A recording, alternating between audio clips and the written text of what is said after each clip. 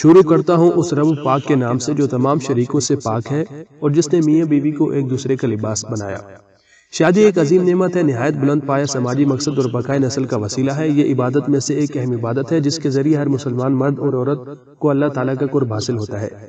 برائے مہربانی اس ویڈیو کو آخر تک دیکھیے گا کیونکہ نامکمل اور ادھوری بات سے فائدے کے بجائے نقصان زیادہ ہوتا ہے۔ شکریہ۔ لہٰذا آپ یہ کہہ سکتے ہیں کہ مرد عورت پر اللہ تعالیٰ کی نعمتوں میں سے ایک بڑی نعمت کی شادی ہے۔ اسلام میں شادی کا اصل مقصد میاں بیوی کے درمیان باہمی محبت، الفت اور اظہار قربانی کے جذبات پیدا کرنا ہے۔ ہر مسلمان عورت کی تمنا ہوتی ہے کہ وہ اللہ تعالیٰ کے نزدیک بہترین اور معزز خواتین میں شامل ہو جائے، لیکن بڑا سوال یہ ہے کہ اس تمنا کی تکمیل کا طریقہ کیا ہے اور بہترین عورتوں کی صفات کیا ہے۔ ان دونوں سوالوں کا جواب دینے سے پہلے میں یہ واضح کرنا ضروری سمجھتا ہوں کہ بہترین عورت وہ ہے جسے اللہ تعالیٰ راضی ہو جائے اور اسے اپنی خصوصی رحمتوں اور نعمتوں سے نواز دے۔ اس طرح اسے دنیا میں راحت و اطمینان حاصل ہو جائے اور آخرت میں جنت الفردوس اور ابدی نعمتوں سے فیض یاب ہو سکے، جہاں اس کی نہ جوانی ختم ہوگی، نہ کبھی وہ بیمار ہوگی، نہ اسے کبھی تھکاوٹ اور اکتاہٹ ہوگی، نہ کبھی کوئی دکھ اور غم اور اس کے قریب بھٹکے گا۔ رہی بات معزز خواتین کی لسٹ میں شامل ہونے اور ازدواجی زندگی کو سہل و خوشگوار بنانے کے راستے کی، تو آپ کو بتا دیں کہ اسلام میں عورت کے لیے بہت سارے حقوق ہیں جنہیں ادا کرنا شوہر کا فرض ہے۔ اگر وہ یہ حقوق ادا نہیں کریں گے تو اللہ تعالیٰ کے نزدیک نافرمان اور گنہگار شرمگار ہوگا۔ ٹھیک اسی طرح خاوند کے بھی بیوی پر حقوق ہیں جن کی ادائیگی سے عورت اپنے رب کی جنت حاصل کر سکتی ہے اور دنیا آخرت میں سرخرو ہو سکتی ہے۔ انہیں حقوق میں سے ایک حق اپنے خاوند کی اطاعت شوہر بیوی ہونا ہے۔ جو خاوند اس کے حقوق کا پاسدار ہو، اس کا استحقاق کہ وہ بیوی اپنی پاکیزہ اور میٹھی بات سے اور بیوی کو ہر وقت اپنی حاجات و ضروریات پوری کرنے والی پائے۔ خاوند کے لیے بیوی کی ہی ازدواجی زندگی کی کامیابی کی ضمانت ہے۔ جس قدر خاوند کو یہ احساس ہوگا کہ بیوی اس کا حق بخوبی ادا کر رہی ہے، اسی قدر وہ اپنی بیوی کو عزت کرے گا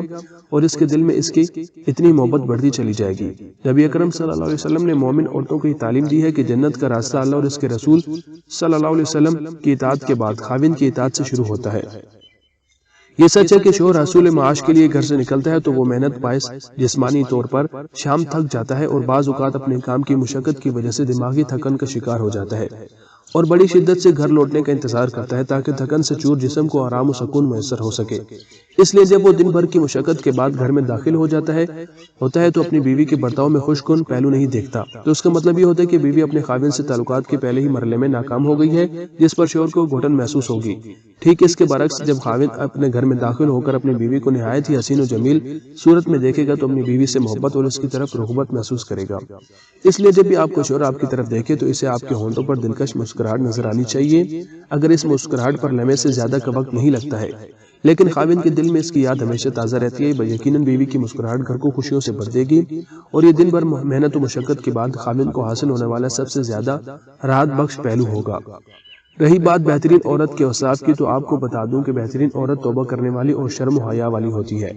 چونکہ حیا بڑی عظیم شان خوبی ہے اور یہ وصف اعلیٰ مکارم اخلاق میں شمار کیا جاتا ہے۔ جو عورت کے نفس کی پاکیزگی، اس کے جذبہ دینی کی حفاظت کی بیداری اور حقوق اللہ کی عمدہ پاسداری پر دلالت کرتا ہے۔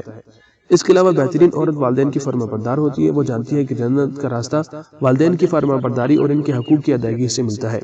اس لیے وہ ان کی زندگی میں ان کی فرما برداری اور ان کی موت کے بعد بھی ان کے ساتھ نیکی کرنے والی ہوتی ہے۔ ان کی زندگی میں ان کے آرام کے لیے راتوں کی جاگتی ہے، انہیں خوش رکھنے کے لیے ہر ممکن کوشش کرتی ہے اور ان کی وفات کے بعد ان کے لیے اپنے سجدوں میں دعائیں کیا کرتی ہے۔ سرکار دو عالم صلی اللہ علیہ وسلم نے عورتوں کے لیے ایسے اعلیٰ اوصاف بیان کیے ہیں جن کے ذریعے وہ جنت میں سلامتی کے ساتھ داخل ہو سکتی ہیں، جن کو ذیل میں درج کر رہا ہوں۔ بے شک بہترین عورت وہ ہے جو اپنے خاوند کو یہ احساس دلا دے کہ وہ اس کے نزدیک بہت عظیم ہے اور اسے اپنے خاوند کی اسی طرح ضرورت ہے جیسے زندہ رہنے کے لیے اسے کھانے اور پینے کی ضرورت ہے۔